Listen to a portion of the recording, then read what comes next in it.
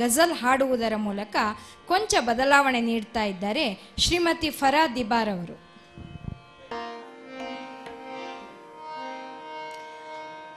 Raghupati Sahai Firak, also known as Firak Gorakhpuri, and presenting his ghazal, talks about an evening, a beautiful evening, a sad evening.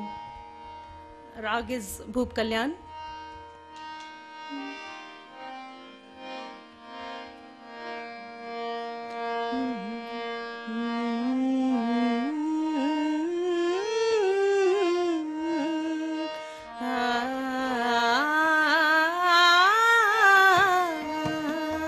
Padha pasa